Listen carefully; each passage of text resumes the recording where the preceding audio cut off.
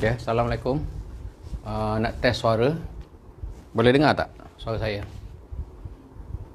Boleh dengar suara saya? Assalamualaikum. Baru seorang baru masuk ni. Fatin Farhana, boleh dengar tak suara saya?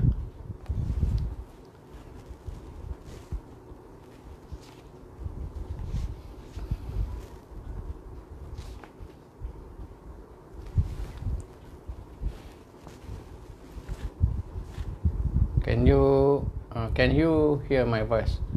Okey, Aisyah jawab. Okey, terima kasih. Jadi kita nak mulalah sekejap lagi. Cumanya setakat ni seorang baru masuk. Tapi tak apalah, dia orang akan tengok kemudian lah, later on. Kalau nak tunggu nanti lambat pergi masa kita kan. Okey, jadi di sini kita akan sambung soalan-soalan pas semester ni. Kita akan sambung soalan-soalan pas semester on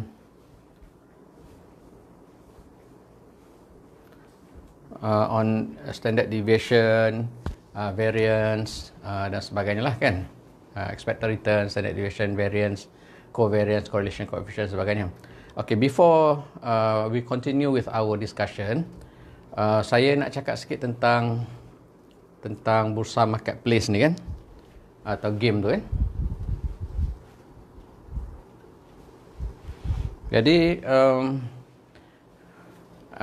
mungkin ada lagi yang belum bermain ataupun tak bermain secara aktif dalam bursa marketplace ni. Ni kita dah nak masuk minggu kedua November. Jadi you ada 7 minggu lagi untuk main. Dan cumanya satu saya nak bagi tahu ialah some of you lah, or many of you are clueless, tak ada idea langsung saham apa yang nak dibeli, saham apa yang saham apa yang patut dibeli dan sebagainya, untuk memberikan peluang untuk awak untung kan. Yang itu of course lah, you need to study the situation dan sebagainya. Satu, yang keduanya adalah awak kata macam mana saya menilai nanti. Of course you tengok dalam carry marks 20% kan, 20% kalau tak salah saya, yang itu saya dah hantar assessment, so it's quite a lot.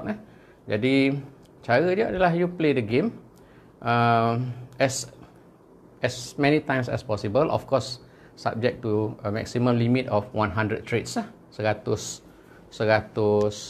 urus niaga maksimum lah ya. Okay, ada pelajar tanya, adakah kan you tengok leaderboard kan, ataupun ranking yang portfolio yang paling untung dan sebagainya, adakah itu mempengaruhi your markah nanti? Actually sebenarnya the idea of pelajar-pelajar diminta main bursa marketplace ni adalah to give them the ideas that how difficult it is to predict the stock market movement. Sangat-sangat susah. Jadi saya tak tengok sangatlah dari segi leader nombor satu tu markah tinggi dan sebagainya. Tetapi apa yang saya akan tengok adalah dari segi how frequent you trade. Maknanya banyak mana you main game tu. Ada pelajar-pelajar yang dia langsung tak main kan. Langsung tak main itu you akan hilang 20% daripada you punya final grade. Ada pelajar yang dia tak main, dia tak follow pun sebenarnya, tetapi nanti towards the end of the semester dia akan beli jual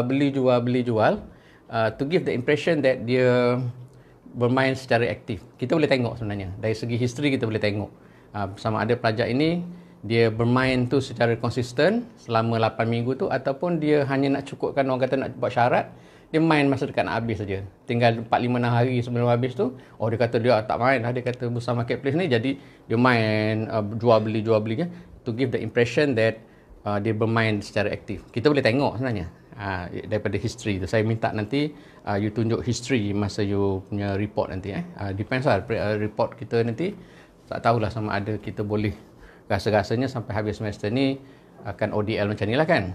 Kalau sekiranya starting Januari nanti kita boleh berjumpa balik, maka kita akan buat kelas fizikal macam biasa. Tak tahulah, kita tengok keadaan. Okey, berkaitan juga dengan Bursa Marketplace ni, game, ada pelajar semalam dia tanya saya. Dia kata, dia kata saya nak beli Maggi, saham Maggi, tetapi saya tak jumpa, dia kata. Tak ada. Jadi, nak bagi tahu, kebetulan pelajar ni tanya kat saya. Jadi, saya nak explain to you lah macam mana cara saham ni. Dia sebenarnya, bermain saham ni, dia tak, yang pelajar yang bertanya tu, dia tak berapa jelas lah konsep ni. Ya? Jadi, saya, mungkin yang dia bertanya, tapi ramai lagi yang orang lain yang tak tanya tu pun tak jelas juga. Kan? Dia kata dia nak beli Maggi, dia cari tak jumpa pun Maggi. Maknanya stok Maggi. Okey, saya nak cerita gini. Ya, ni saya cerita sikit.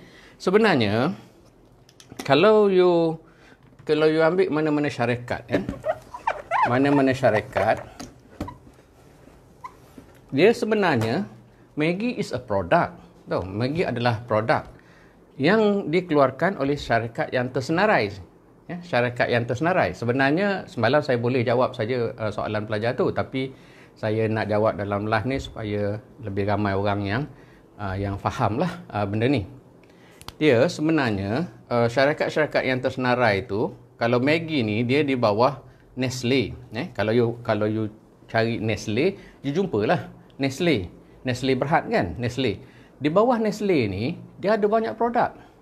Bawa Nestle ni banyak produk seperti antaranya adalah, masuklah yang pelajar tu minta saya yang tanya dekat Maggi Mi, Maggi yang kita makan, Milo, ataupun setengah orang sebut Milo,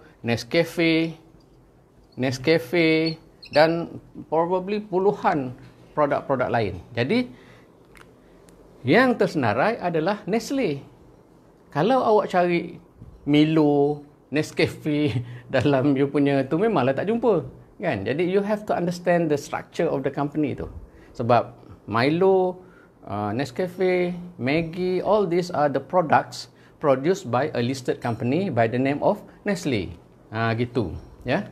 Jadi you cari Nestle you jumpa. Kalau you kata you kaji, you kata sekarang dalam PKP ni mungkin ramai orang yang terperangkap di rumah dan mereka makan Maggi, perut lapar kan, duduk dalam PKPB ni, duduk lapar, dan the cheap source of food adalah Maggi. So jualan Maggi akan meningkat. Jadi therefore you pun nak invest dalam syarikat yang mengeluarkan Maggi. Memang Maggi tak ada, tapi you invest dalam Nestle if you know that Maggi is produced by a company by the name of Nestle.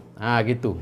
Lepas tu pelajar tu tanya saya, boleh tak cari, minta tolong macam ni, minta tolong cari Maggi ni apa benda. Jadi saya kata, yang itu mana saya nak cari, ada 1000 lebih kaunter tu, dan setiap syarikat yang tersenarai tu dia ada produk-produk yang tersendiri. Mana saya nak tahu kan? Impossible lah. Jadi you kena cari sendiri. Gitu you kena faham. Ada setengah-setengah syarikat itu dia jelas. Kalau macam AirAsia X Berhad, kita tahu dia punya produk adalah nama AirAsia juga, Fly AirAsia, tapi tak semestinya semua macam tu. Tak semua macam tu. Jadi macam contoh tadilah Nestle. Serupa juga Celcom, dia kata saya nak cari Celcom.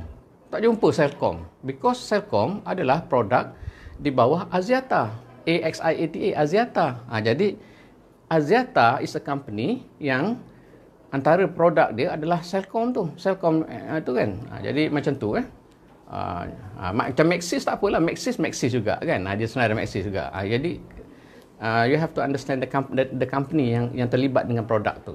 Bukan semua produk itu nama saya rasa saya dah bagi mesej lah kan.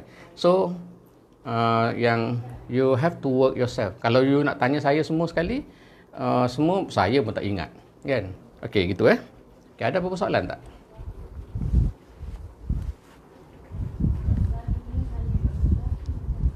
Okey, hari ni agaknya hujan kot. Saya tengok ni yang tengok saya ni live ni 2 orang ni, tapi tak apa, kita buat macam biasa je. Nanti orang lain akan tengok later on lah. Sebab macam sekarang pun banyak dah orang yang bercakap shop sendiri, bermain bola shot sendiri. Bola pun stadium kosong, dia main macam biasa juga. Lepas tu Gegar Vaganza semalam pun tengok berapa penonton, berapa orang je kan, tapi dia menyanyi sungguh-sungguh juga. Macam ramai penonton. Jadi saya, walaupun saya tengok dekat ni ada 2 orang saja yang tengok live pagi ni, tetapi later on bila saya save this recording, nanti hopefully orang lain akan tengok kemudian lah. Okay. Okay, kita akan sambung terus our discussion. Semalam kita dah tinggal, kalau tak silap saya, kita dah habis Disember, FIN 552 Disember 2019 kan. FIN 552 Disember 2019. Jadi hari ni kita nak pergi kepada rumah saya ni dah macam office dah ya. Sini saya punya komputer dan kerja saya. Lepas tu kat sini pula anak saya punya tempat dia kerja. Jatuh pula tempat anak saya buat kerja. Jadi dah macam pejabat dalam rumah saya ni. Tak apalah, sekurang-kurangnya kita tak masih boleh kerja lah kan. Yang paling penting boleh bekerja dan ada pendapatan. Itu yang paling penting. Okey. Angkat-angkat tu dah beralih pula benda tu. Okey. Masuk kan? Betul? Okey, hari ni kita akan sambung dengan apa yang kita dah tinggal semalam. Semalam kita dah buat FIN 552 Disember 2019 soalan 4A, dan juga semalam kita dah discuss soalan on mutual fund kan semalam, walaupun saya tak senaraikan, ternampak semalam, jadi kita buat soalan tu. Soalan seterusnya ialah Jun 2019 soalan 4A juga. Jun 2019 soalan 4A, kita tengok. Bila you tengok saya punya lecture ni, you sertakan juga sekali dengan answer scheme yang saya dah hantar. Saya dah hantar semalam, saya hantar 3 set lagi. Hari ni agaknya saya akan hantar lagi lah 2 atau 3 set lagi. So dalam masa 2-3 hari ni mungkin you akan dapat complete set of 10 semester punya soalan 10 atau 11 semester punya jawapan answer scheme. Okey, kita tengok soalan nombor 4. Soalan nombor 4.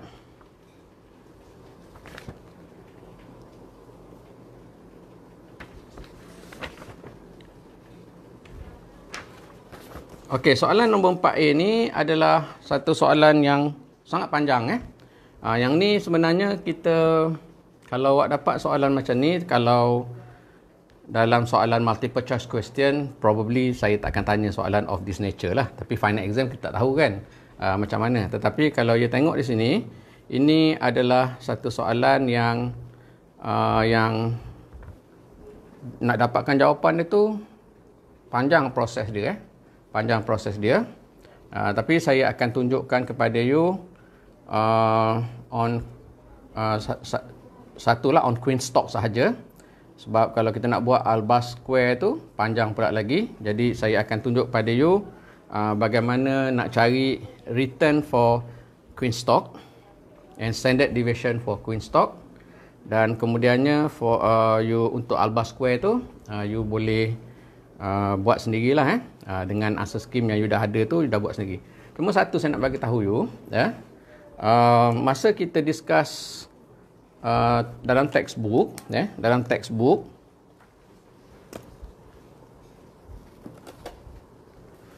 chapter berapa itu? Chapter 6 ke sah? Chapter 6 kalau tak salah saya. Okey, dalam textbook kan, masa kita discuss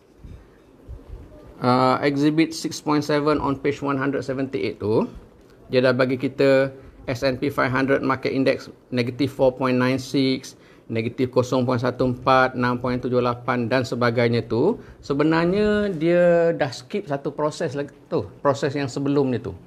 Jadi saya hari tu saya tak cerita pada you, ataupun mungkin saya dah cerita, saya tak ingat.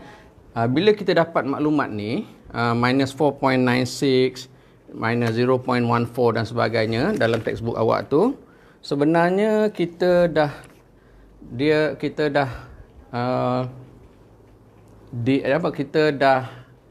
kita tidak ditunjukkan, maksudnya kita tidak ditunjukkan bagaimana nak dapatkan contohnya untuk bulan Januari. Kalau siapa yang ada soalan past semester tengok bukan soalan past semester pula, kalau you ada yang saya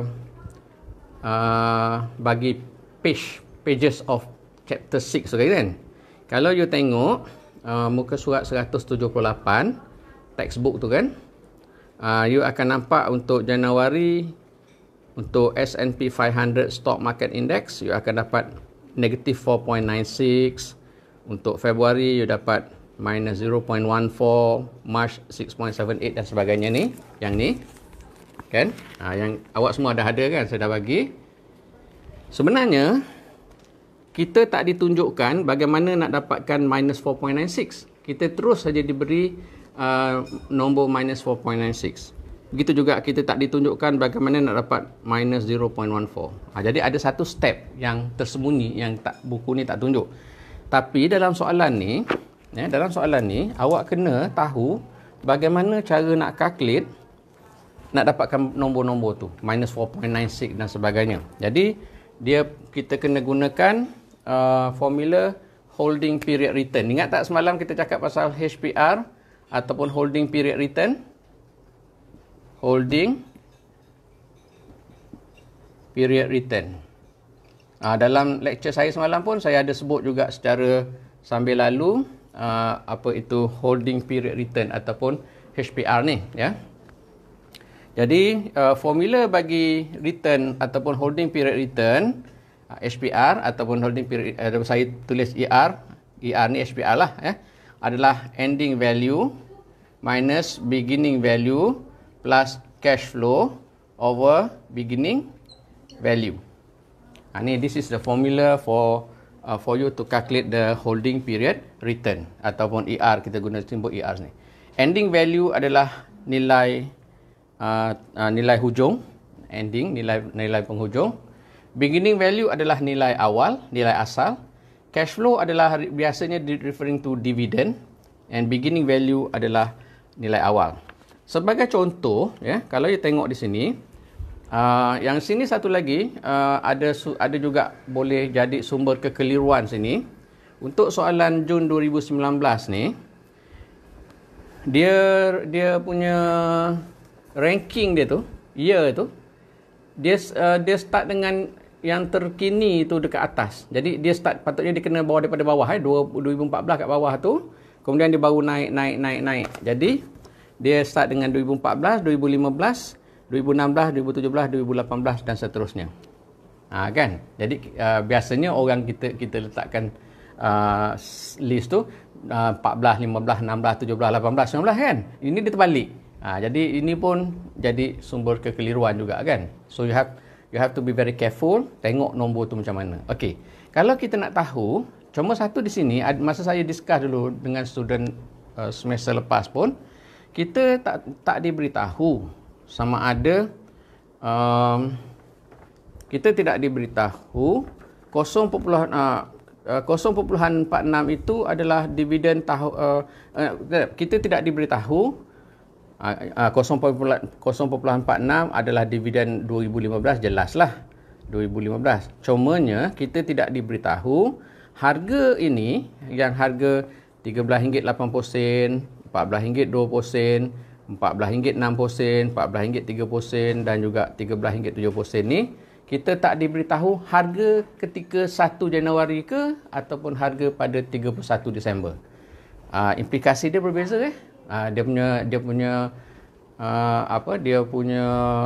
kesan dia berbeza. Sama ada harga ini adalah harga pada 1 Januari ke ataupun pada 31 Disember. Jadi saya tak tahu. Tapi kalau kita tengok answer scheme, masa dalam PSA manalah kita tahu answer scheme, manalah kita boleh tengok answer scheme kan. Tapi macam sekarang ni kita bolehlah tengok answer scheme. Kalau kita tengok answer scheme, ya, soalan 4A kan.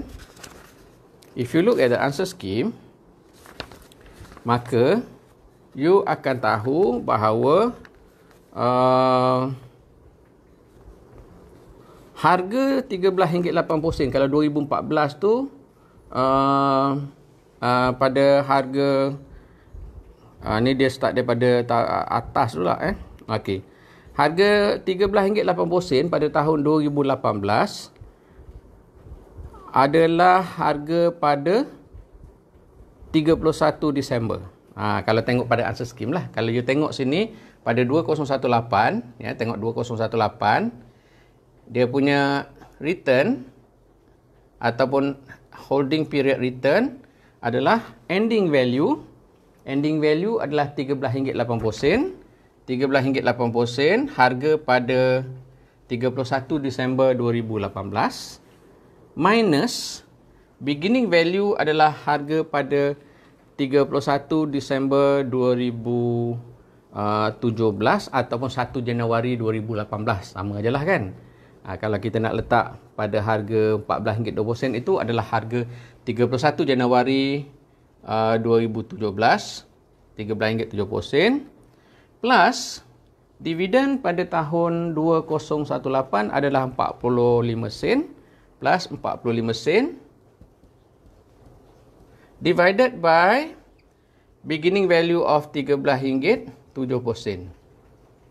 Gitu So this is ending value, iaitu harga pada 31 Disember 2018 minus beginning value pada 31 Disember 2017, atau boleh juga kita tulis 1 Januari 2018 campur dengan dividen pada tahun 2018 bahagi dengan harga pada 31 Disember 2017. Jadi kalau you, mana kalkulator saya? Sekejap ambil kalkulator sekejap.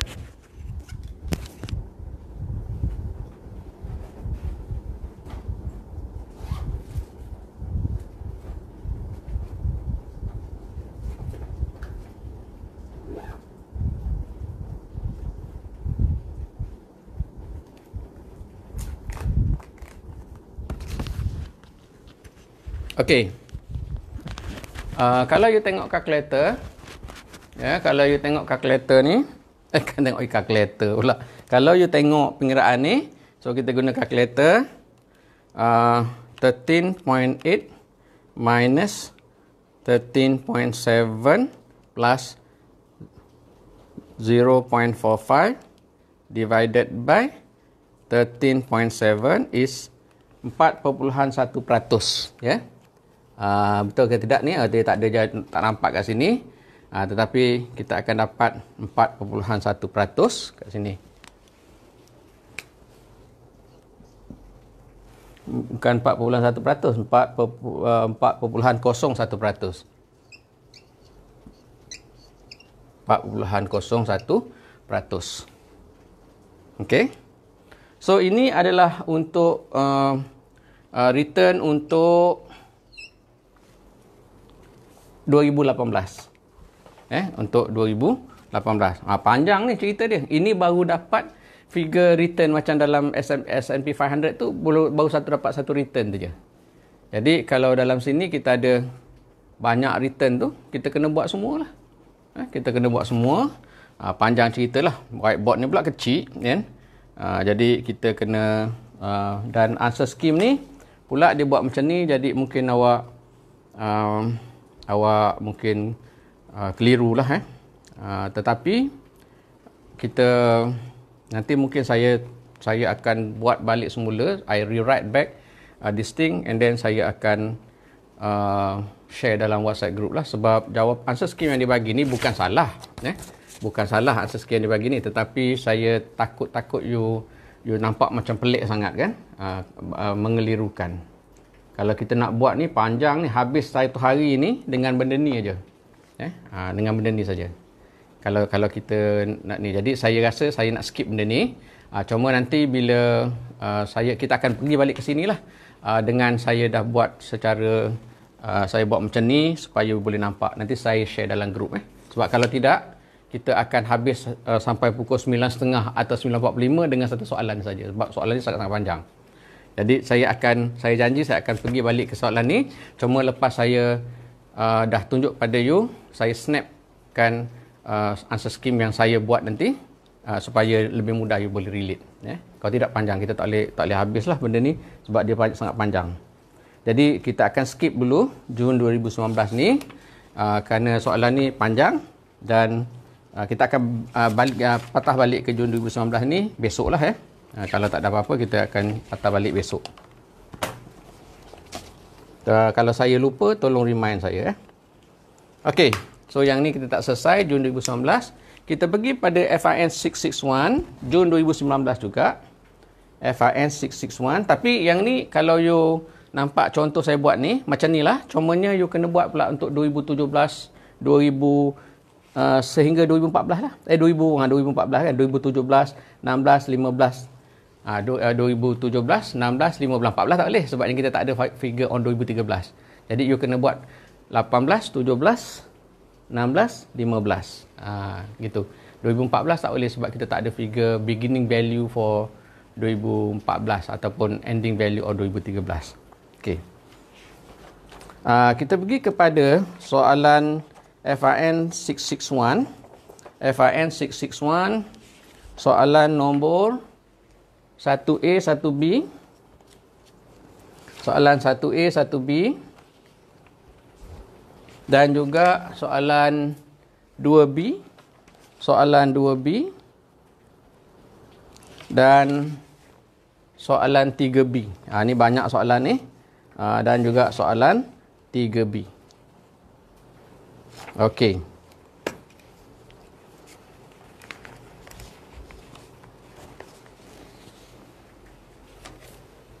Saya pergi kepada soalan theoretical dulu soalan teori dulu.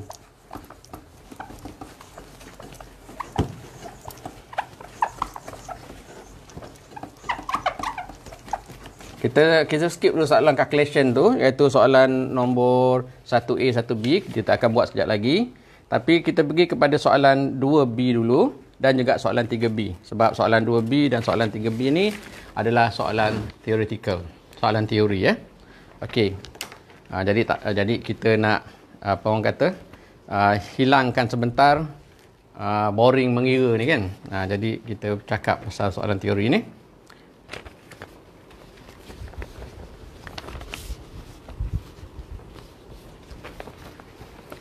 Okay, question number 2A FIN 661 June 2019 question 2B.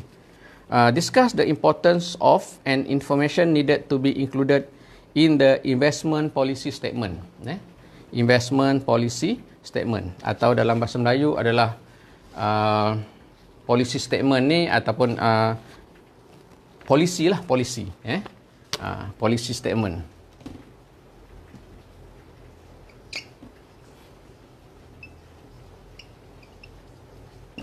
Investment policy statement. Awak tahu maksud polisi kan? Polisi dasar lah dalam bahasa Melayu. Polisi is dasar. Let's say for example, dasar UiTM, polisi UiTM hanya menerima pelajar-pelajar dari kalangan Bumiputera, Melayu Bumiputera sahaja. Itu dasar tu. Kan? That is policy. Kalau maknanya dasar UiTM hanyalah menerima pelajar-pelajar dari golongan Melayu Bumiputera. That is policy statement. Dengan lain perkataan, bukan Melayu, bukan Bumiputera tak boleh masuk ke UiTM. Itu that is dasar. Of course, technicality-nya subject to interpretation lah. Kan? Itu dia akan pergi kepada detail. Dia akan pergi kepada detail. Contohnya kalau you kata anak Melayu, ayah Melayu, mak Cina contohnya, adakah anak dia tu dianggap sebagai Bumiputera? So that would be a technical issue to be solved oleh pihak yang lain lah yang mengkaji. Kalau kita pergi kepada contoh dalam perhubungan antarabangsa kan, Perdana Menteri Malaysia katakanlah pergi melawat ke Amerika Syarikat, pergi jumpa Presiden Amerika. Sekarang Presiden Amerika starting bulan Januari nanti, Josh Biden. Orang kata Joe Biden. Joe Biden Presiden Amerika. Orang kata dulu Biden ni orang Melayu, Joe Biden jadi Joe Biden. Bila Perdana Menteri kita Tan Sri Muhyiddin Yassin for example dia pergi jumpa Joe Biden, masa sejam saja dia berjumpa, sebab leaders are very busy kan, dia nak jumpa orang lain dan sebagainya.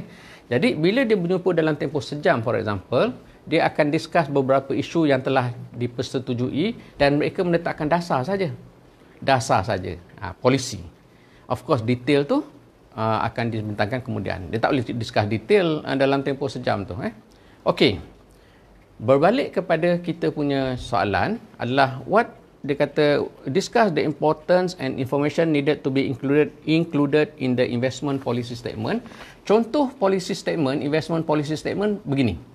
Katakanlah you sebagai fund manager ataupun pengurus dana, you want to create a portfolio, dan you punya policy statement you kata we will only invest in syariah compliant stocks only.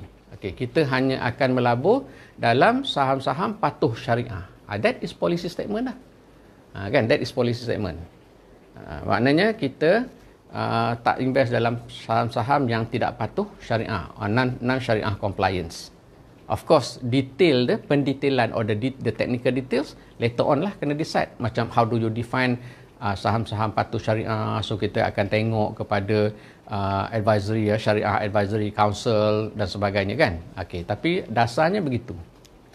Kenapa perlunya ada dasar? Ataupun dasar kita kata macam ni, kita hanya invest dalam saham-saham yang berisiko sederhana. Contohnya, that is dasar. Kenapa perlunya ada dasar? Sebab dengan adanya dasar ini memberikan kita guideline untuk membuat keputusan. That is actually the reason why we have this policy. Macam contoh UiTM lah, nak ambil pelajar Melayu Bumi Putera. So that would be the policy, dan we use this policy as a guidance for us to accept students, kan? Ya. Jadi kita perlu adanya polisi kerana polisi ini akan menentukan hala tujuan pelaburan kita. Kalau you kata your policy is to invest only in syariah compliant stocks, so that would become the guideline for the portfolio manager to invest saham mana. Ataupun kalau dia kata you will only invest in stocks that are of medium risk contohnya, so the portfolio manager akan gunakan dasar itu sebagai panduan untuk dia memilih pelaburan manakah yang lebih yang bersesuaian dengan dasar tu. That is the reason lah. Ini soalan ini adalah 6 markah tu, 6 markah untuk kalau you jawab. Tapi you ni mungkin bernasib baik lah, macam saya selalu kata, 2 semester ni due to COVID-19, semester lepas dan semester ni pelajar-pelajar amat bernasib baik kerana multiple choice question. Jadi kerja awak senang. Kalau sekiranya awak kena jawab bertulis dengan nak dapatkan 6 markah ni, maka you kena tulis sebanyak mungkin, you kena tulis sebanyak mungkin. Kan, yang ni many of my students have trouble putting up their ideas onto the paper because of banyak faktor lah. Satu, knowledge tak ada, yang tu satu hal. Yang keduanya adalah due to the limited proficiency in English. Dia lemah dalam penguasaan bahasa Inggeris, jadi nak come out dengan satu-satu perkataan tu pun dia paksa memerah otak, kan. Tengok lalu cik ya buat apa tu, kan. Tengok tepi jalan kan dulu orang sedai kain kan, oh ni saya sedang memerah otak, kan, sedai kain memerah otak. Okey, kita pergi kepada soalan B. Soalan B, bukan soalan B, soalan 3B. Soalan 3B. So kalau you tengok jawapan yang diberi, before kita move to soalan 3B, kita pergi kepada soalan 2B tu. Bagaimana cara dia jawab soalan ni? Soalan 2B, Jun 2019. Sama tak? Konsisten tak dengan apa yang saya beri tadi? Okey. So kalau you baca kat sini, dia kata the policy statement specifies the investment goals and acceptable risk levels of the investor. Macam saya kata jugalah kan. The content should stipulate, patut menyatakan the investor's investment objective dan sebagainya. Kita tak nak baca semua ni, panjang. Okey. The policy statement is important for both the investors and the portfolio managers, as it can assist the investor in establishing realistic investment objectives, as well as a standard procedure to measure a portfolio manager's performance. It should be reviewed periodically, and it guides all investment decisions made by the portfolio manager for his or her clients. Jadi bila ada polisi tu, kita boleh menilai lah bagaimana prestasi portfolio manager tu. Okey. Untuk soalan yang 3B, we are still on June 2019. Soalan 3B. Differentiate between traditional portfolio theory and modern portfolio theory. Bezakan antara traditional portfolio theory and modern portfolio theory. Okay, first of all, yang kita belajar selama ni, yang setakat yang kita dah belajar ni, is that considered as a traditional portfolio ke modern portfolio? Yang kita dah belajar standard expected return, standard deviation, covariance and correlation coefficient between two stocks dan sebagainya, and then kita calculate standard deviation of the portfolio. Is that considered as a modern portfolio ke a traditional portfolio? Kalau based on the answer scheme, apa yang kita belajar adalah traditional portfolio management. Yang saya ajar dekat you all ni, nak melabur, kita pilih portfolio with the lower standard deviation, because lower standard deviation means lower risk kan. Itu adalah traditional portfolio. Kalau you baca dalam answer scheme ni, dia kata the traditional approach of portfolio management tend to look at analysing the return and risk conditions of each security. Ni expected return of a risky asset, standard deviation of a risky asset, where standard deviation is used as a measure of a security risk in its diversification process. Kita calculate standard deviation. All these are traditional. It assumes that the market is inefficient. Okay. Nak cakap pasal market efficiency ni, panjang lah pula dia punya tajuk cerita dia. Kan dia belajar kan masa diploma, efficient market hypothesis, strong, semi-strong, weak form of efficient market hypothesis, yang you belajar masa diploma dulu, you berjaya menghafal dengan baiknya, tetapi you pun tak berapa faham pasal efficient market hypothesis ni. Jadi saya tak nak pergilah kepada market efficiency punya teori, nanti you jadi melarat-larat, panjang cerita.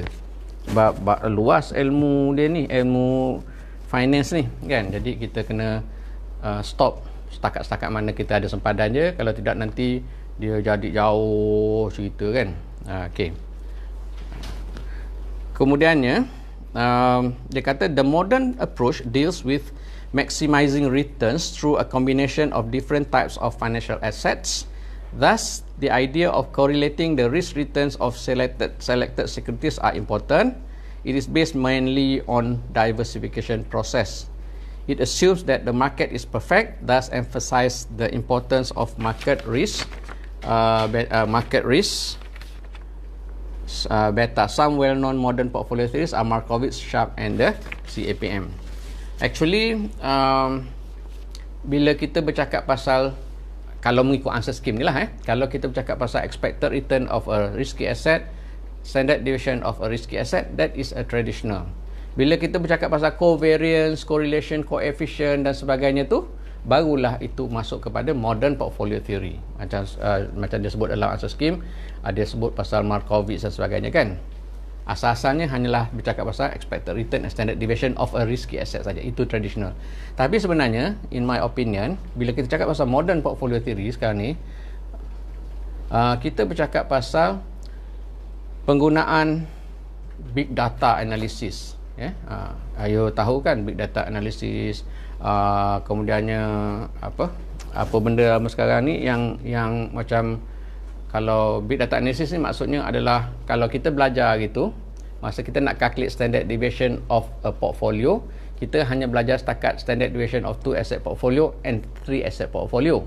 Kenapa tak pergi pada 4 asset portfolio, 5 asset portfolio dan sebagainya? Because of pengiraan tu menjadi kompleks kalau kita hanya guna calculator saja. Tetapi zaman sekarang dia dah ada apps macam-macam, dah ada program macam-macam yang boleh kira dah untuk kira 20 asset portfolio pun boleh. Yang tu modern lah because of computerization kan. And then big data ni, big data ni juga adalah satu yang baru yang dulu orang tak ada.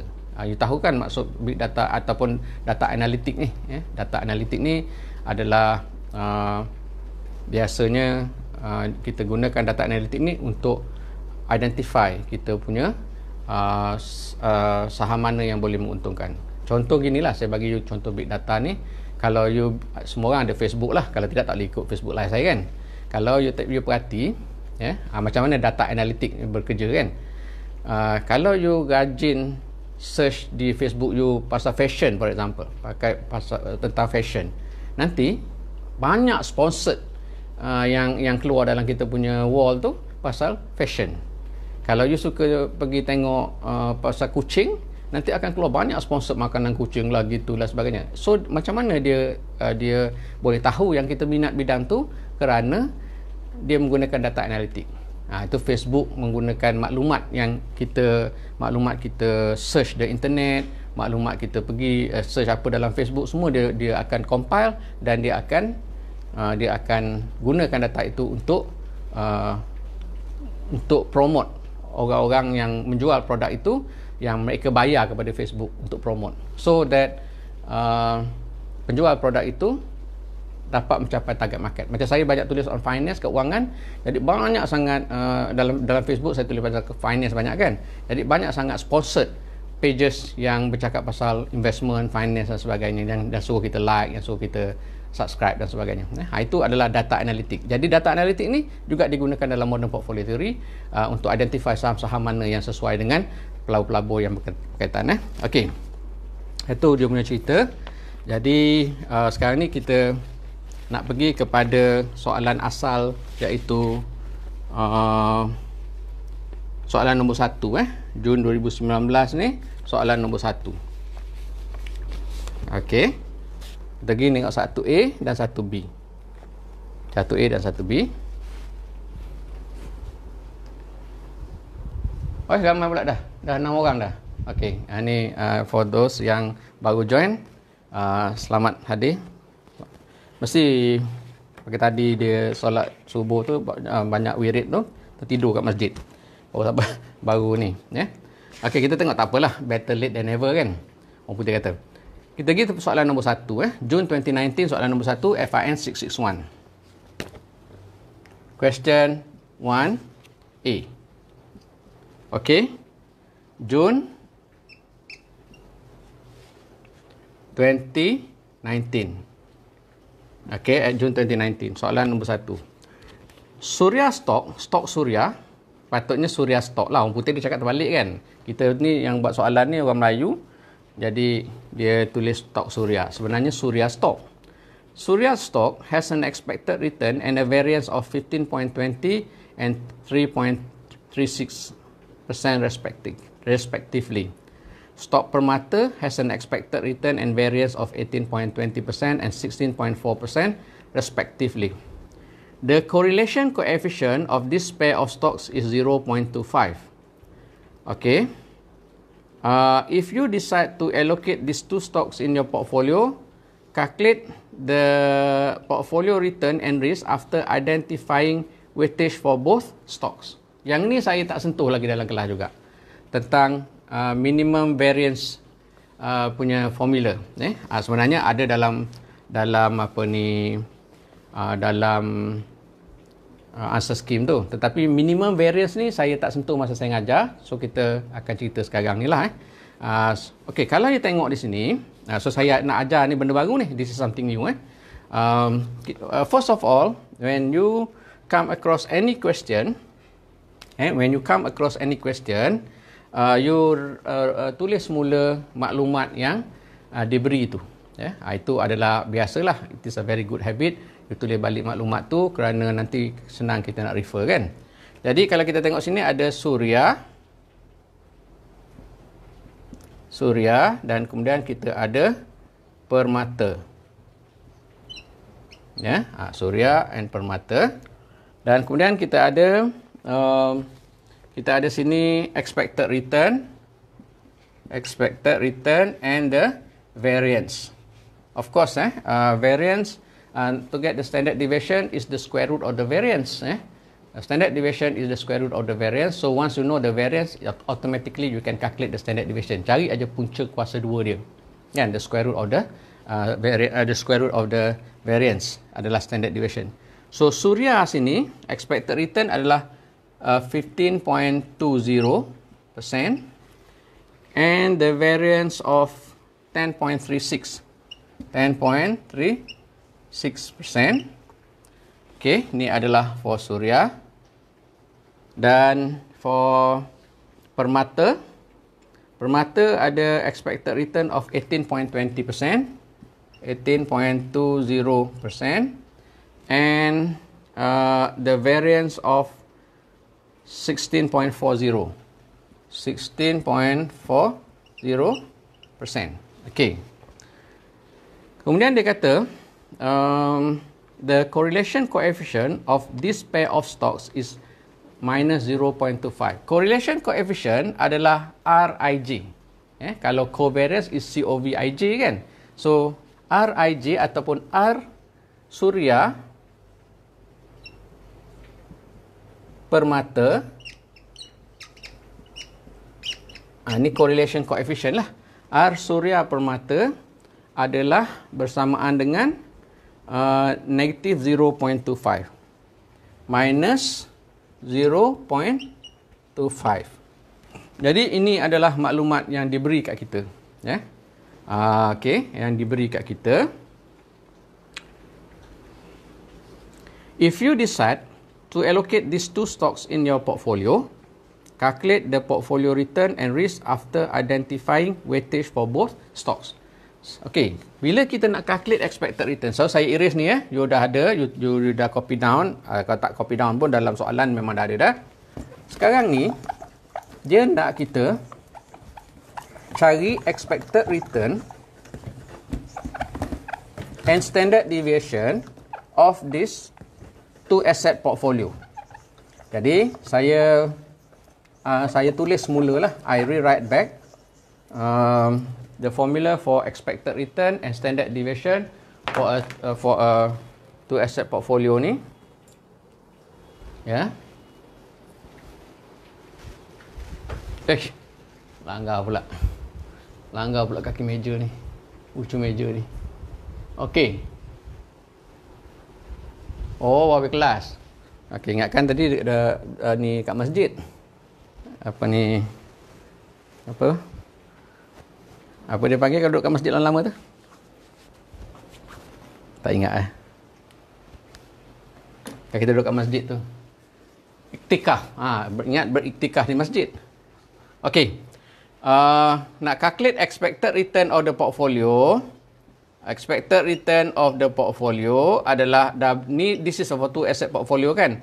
Multiply expected return of asset 1 plus weightage of asset 2 multiplied by expected return of asset 2. Gitu kan? Kalau tak mau nampak keliru-keliru, kita kurungkan dia supaya dia tak lari ni. Kan gitu. Ni semua tahulah. And standard deviation of the portfolio. Standard deviation of the portfolio adalah bersamaan dengan weightage of asset 1 kuasa 2, standard deviation of asset 1 kuasa 2 plus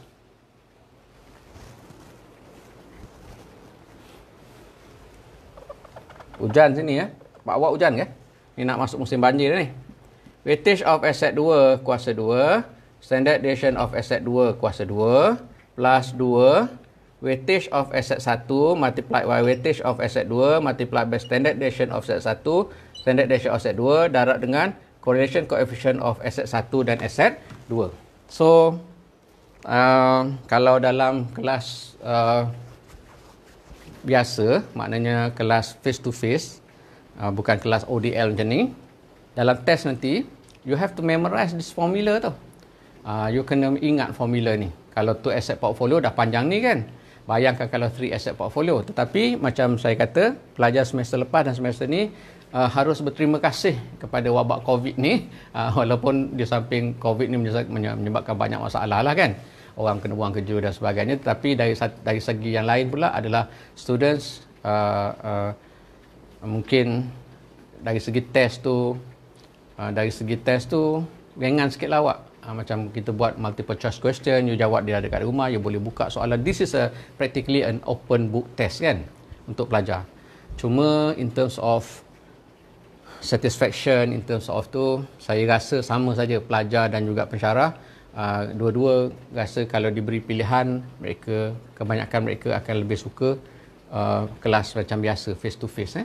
Pensyarah pun gitu juga. Tak ada rasa kepuasan mengajar macam ni, sebab macam saya kata tadi lah, seolah-olah macam you sebagai pemain bola sepak, you bermain dalam stadium yang kosong, ataupun seperti you seorang penyanyi, you perform on the stage without any audience.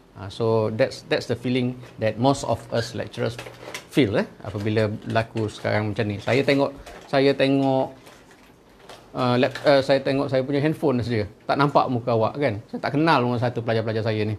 Okay, so back to kita punya discussion ni, ya. Kalau kita nak dapatkan, sebab soalan minta kita calculate expected return and standard deviation of the portfolio, cuma dia beri kita maklumat tadi itulah. Dia bagi kita expected return of Suria, variance of Suria, expected return of Permata, variance of Permata. Jadi kalau daripada variance, kita mudah kita dapat cari standard deviation. Cari ajalah punca kuasa 2 dia. Kan? Expected return kita dah dapat. Dan correlation coefficient kita dah dapat. The problem is, kita tak ada weightage ni. Dia tak bagi tahu kita buat weightage ni. So kalau tak ada weightage, W1, W2 ni tak ada, kita tak boleh selesaikan masalah ni. Ya? You bawa ke Perdana Menteri pun Perdana Menteri tak nak selesaikan. Sebab Perdana Menteri Tan Sri Muhyiddin Yassin akan tanya, berapa weightage? Kata, minta maaf Tan Sri, weightage tak diberitahu. So Tan Sri Muhyiddin kata, pergi belajar balik dengan Cik Jais. Belajar macam mana nak cari weightage. So saya nak cerita pada you, ini adalah satu yang saya tak pernah sentuh lagi dalam kelas sebelum ni, iaitu kita gunakan satu kaedah yang dipanggil minimum variance weight. Minimum variance weight. Nak cari weightage ni, we need to use a kaedah yang dipanggil minimum variance weight. So let me sebab kita kena cari weightage ni baru kita boleh dapat benda ni kan.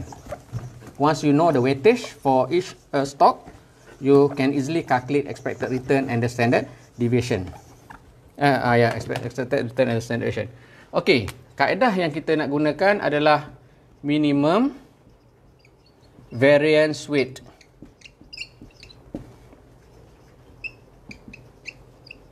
Kaedah tu dipanggil kaedah minimum variance weight. Cara dia adalah, you tengok answer scheme. You tengok answer scheme. Jun 2019. Mana answer scheme saya tadi? Ni ke? Okey.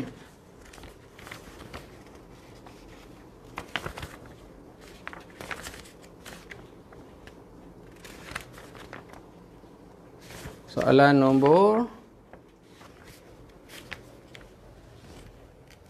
1. Ni 552. Kejap. Ni 552.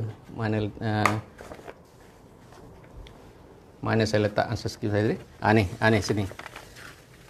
Okey, kita tengok sini. Nak dapatkan, dia ada sini dia gunakan I 1 dan 2 lah, ataupun I dan J ya.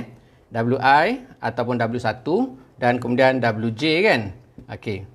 Sebenarnya kalau for 2 asset portfolio, once you tahu WI, automatically you can easily calculate WJ. Sebab kalau I 40%, automatically J is 60%.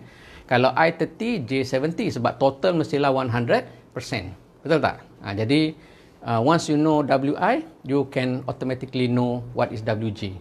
Sebab total mesti 100%. Jadi, kita hanya cari WI saja. And then WJ adalah 1 minus WI lah kan.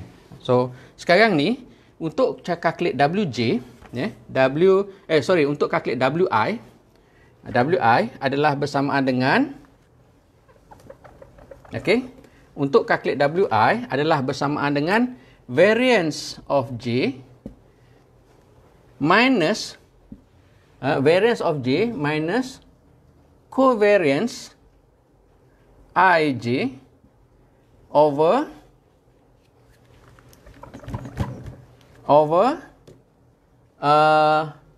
the variance of I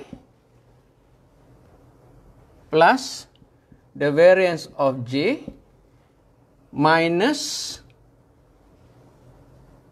2 ada dalam answer scheme yang saya ni hanya tulis balik semula saja. Minus 2 darab dengan covariance I dan J. Ni dia punya formula. Ada. Kalau tengok tak nampak sangat tulisan saya, is in the answer scheme sini. Ada dalam answer scheme kan. So kita nak cari WI. Jadi dalam kes ini kita kata WI adalah suria atau weightage of suria. Kalau kita tengok sini, saya tak payah nak tulis sebabnya kalau tulis pun sama aja dengan ni. Cuma sekarang ni kita nak identify nombor-nombor ni datang daripada mana, kan? Nombor-nombor ini datang daripada mana? Okey. Variance of J adalah kalau kita nak tahu weightage of suria atau WI adalah the variance of permata. 16.40 itu adalah the variance of permata. Okey. 16.40 variance of permata minus covariance of IJ. Kita tak diberitahu covariance of IJ sebenarnya. Kita hanya diberitahu correlation coefficient of IJ. Iaitu correlation coefficient of IJ tadi kita diberitahu adalah sebanyak negatif 0.25 kan. Okey. RIJ adalah negatif 0.25.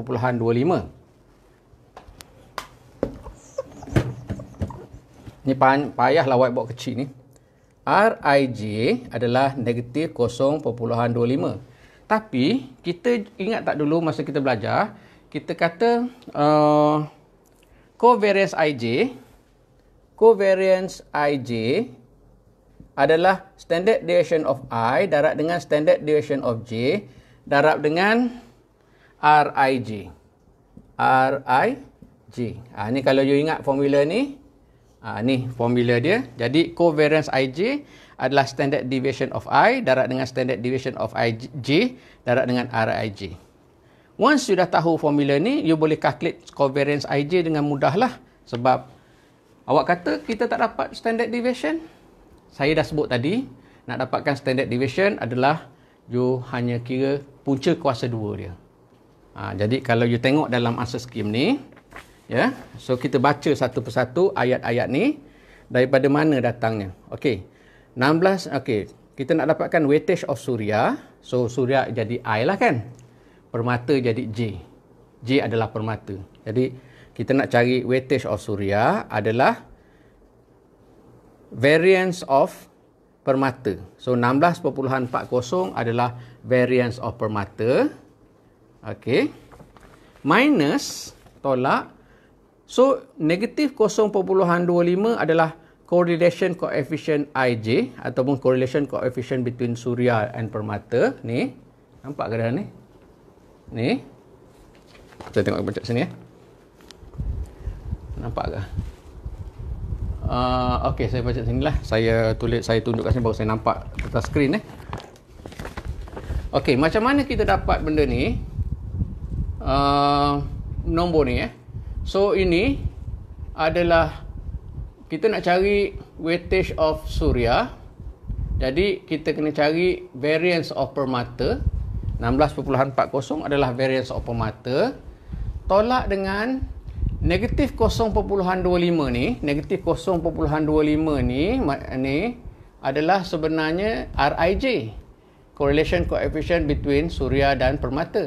Multiply by standard deviation of I, standard deviation of J. Okey, 3.2187 ni adalah salah satulah saya pun dia cari punca kuasa 2 dia lah. Punca kuasa 2 salah satu ni adalah suria, satu permata.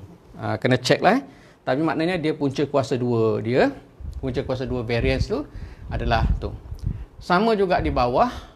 Okey, 10.36 ni adalah variance of permata plus variance of 16.40 ni adalah, betul ke variance of mata? Pening kepala tengok sini. Variance of mata adalah 16.4, betul? Variance of mata. Okey. Goyang-goyang pula. Okey. 10.36 adalah variance of suria, minus 2, dan yang itu adalah negatif 0.25 darab 3.2187 dan 4.0497 itu adalah covariance antara suria dan permata, ya. Okay, balik nanti you check balik, sebab ni saya pegang-pegang ni goyang-goyang kan, dan dipendekkan cerita you dapat suria punya weightage adalah 0.59. Once you dapat weightage of suria adalah 0.59,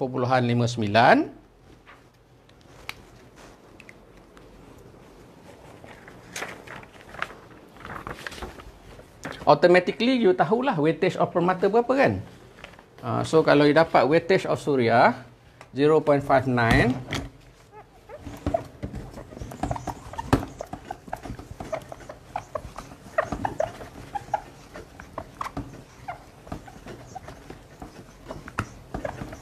sikit lagi 10 minit lagi habis kot.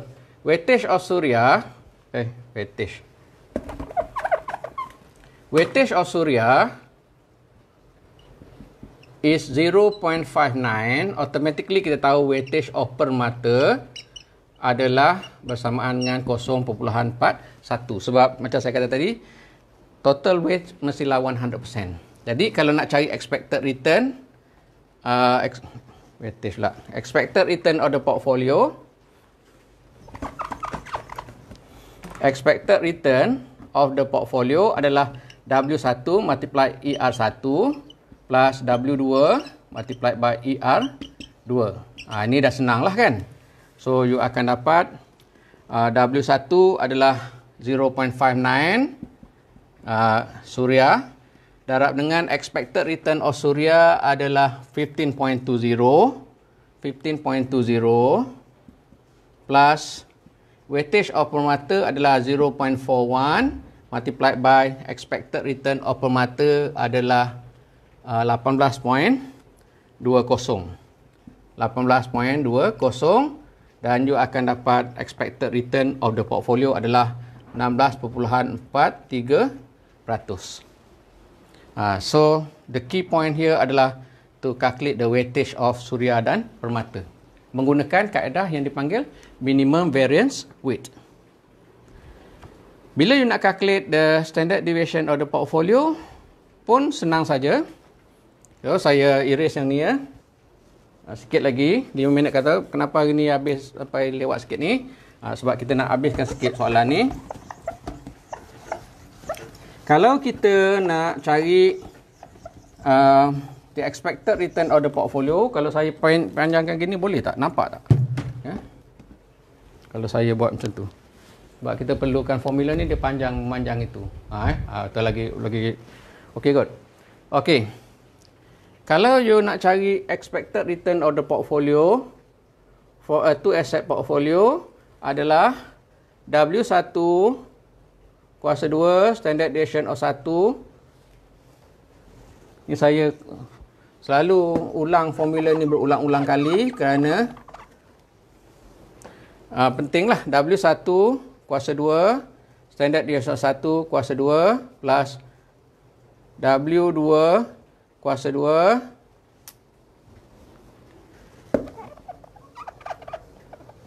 W2 kuasa 2 standard deviation of 2 kuasa 2 plus 2 W1 W2 covariance 1 2. Macam tu ya. Jadi sekarang ni semua maklumat tu you dah dapat dah dengan mudah. W1 adalah suria punya weightage 0.59 kuasa 2.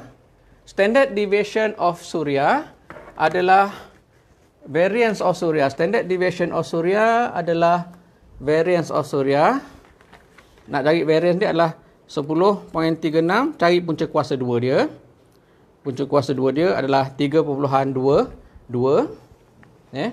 3.22.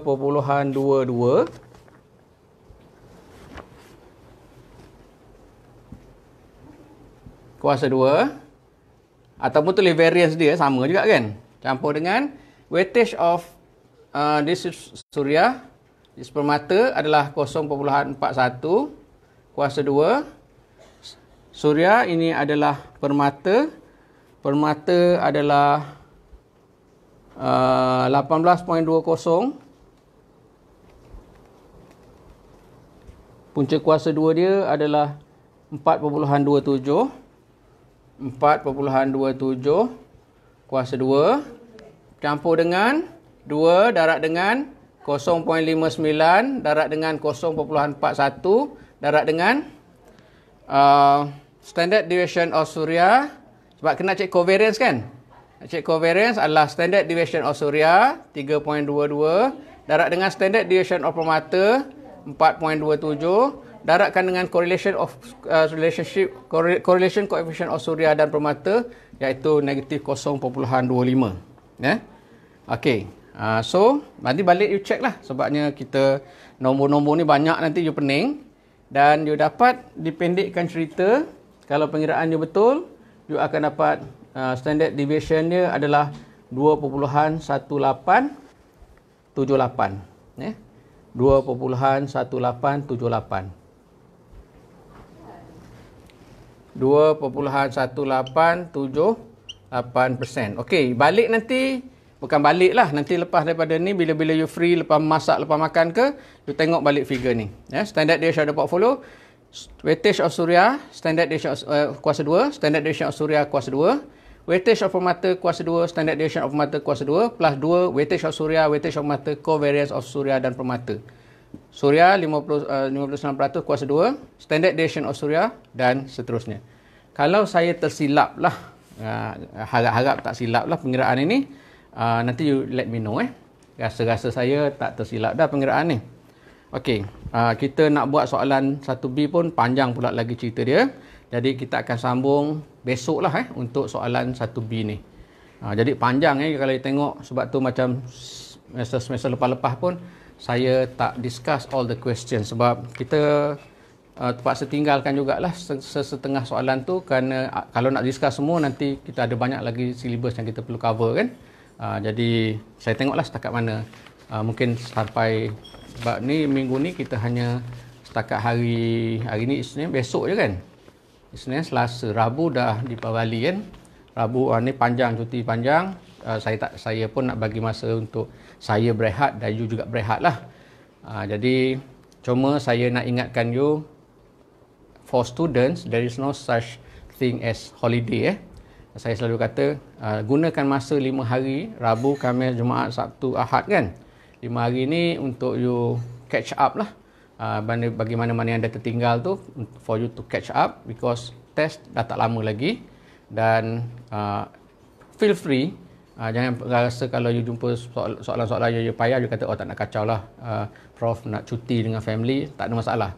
You hantar saja kepada saya any question, dan kalau saya tak berkesempatan nak jawab masa tu pun tak apa, saya akan jawab masa kemudian pula. That does not matter. Macam Ustaz Kazim Aliah kata apa? Ente tanya, ana jawab kan. Lebih kurang gitulah. So besok kita ada lagi satu sesi lagi. Kita akan sambung lah soalan pas semester. Besok hari Selasa Okey, lepas tu mungkin lepas cuti di Bali kita akan masuk topik baru, dan ada banyak lagi topik soalan-soalan pas semester yang kita tak sempat nak discuss. You cuba, you attempt the questions on your own. Kalau ada you come across any questions, tak apa jelas dan sebagainya, baru tanya saya. Okey. Assalamualaikum.